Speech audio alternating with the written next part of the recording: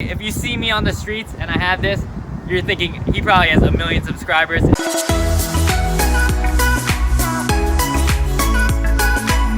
What's up guys, Vu the Voyager here. So today we're going to be looking at one of the questions I've had since starting my YouTube channel.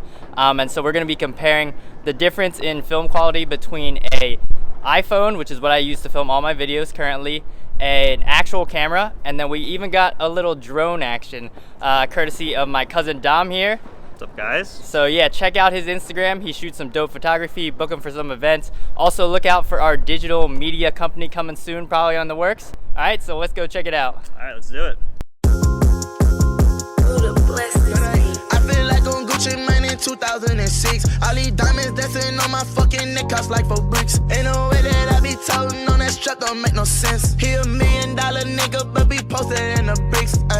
It make no sense, it make no sense, no, it make no sense.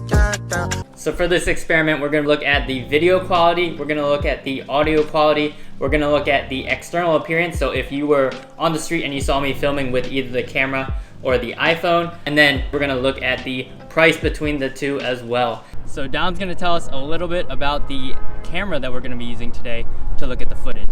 All right, so I have a Sony mirrorless camera. It's the Sony a7 II. So it's like the mid-range of Sony's mirrorless cameras. It's great for what I use it for, like travel photography and portrait photography. I've never actually shot video on it before, so this will be an interesting experiment. So today, I'm gonna be filming Vu with a pretty low ISO, pretty wide aperture, and pretty low shutter speed. Shutter speed, which is pretty much how long the shutter is open for, how much light it can capture. We have the aperture. You want to be able to see stuff really clearly from far away versus just seeing your subject very clear and having the background blurred out. And then we have ISO, which I don't really know too much about the technicals about it, but basically you can crank that higher to shoot in darker settings, but then you compromise quality and your photos come out more grainy. And we'll try a couple different settings and see how it turns out. So here's a comparison of a camera versus an iPhone in like more of like an interview style format, which I think would be pretty common for a lot of vloggers, so I think it's important to see. I would think that the camera focuses more on the subject and it's a little bit blurry in the background, whereas the iPhone kind of gives you the same amount of focus on subject and background. And that's just what I've seen from professional vloggers when they have their camera and they're holding it. They're a little bit more in focus and you get a little blur in the background, kind of like a portrait mode type of photo. So this is the sound quality that we're getting just from the camera. Typically I have a microphone attached to my phone, but I think with the camera I can also plug the microphone in and you get that same sound quality from a microphone. Here we're testing a scenery shot. We tried to create the same exact pan so we could do a side-by-side comparison. On the iPhone, for this one, I'm shooting in 4K. Usually I shoot in 1080p, but just wanted to see the highest quality. So as you can see, we can change the settings on the camera, and that helps you to have more control over the actual shot you're taking. Whereas with the phone, I kind of just point and shoot and hope for the best. So this is kind of a look at the third-party perspective. So if somebody saw me filming in the streets, this is me filming with the camera. I definitely do not look like a professional, I look like a rookie. I actually, one time, somebody asked me to film a video for them, and I went out and I was holding, and they were like, where's all your gear? Because it's just my camera, this janky tripod with the makeshift microphone holder that I have. So it definitely doesn't look professional, but it gets the job done. This whole setup, definitely under $100, maybe around $50 to $70. All right, so here I am. If I were to have an actual camera and I was vlogging, already I just look more professional because I already have the camera.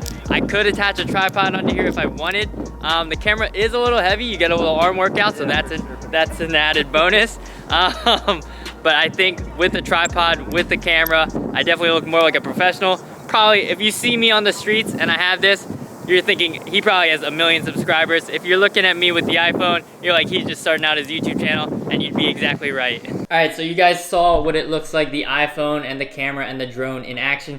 Now let's talk about the price difference between all these, which is probably one of the most important factors that I considered when I started my YouTube channel. So the iPhone XR, if you go on the Apple website, it goes for $500. Sometimes you can get a Black Friday deal, and then you also have to factor in the phone plan for it. Dom, you want to talk about how much we have for the camera and then the drone? Yeah, so this camera is it's a Sony full frame, and in the grand scheme of full frames, it's pretty entry/mid-level. So the body itself was $800, and this lens was $700, so $1,500 altogether.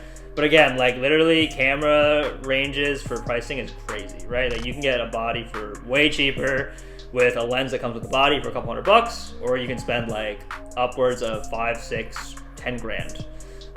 So this is pretty good for entry and mid level shooting, filming, what have you. And this drone was, I believe, $400. So pretty cheap in the grand scheme of drones, right? So drones can again go up to a couple grand, but for this bad boy, couple $100, great film quality, great photo quality, pretty easy to pick up. I'm no expert, but definitely highly recommend this for an entry-level vlogging, videography, photography drone.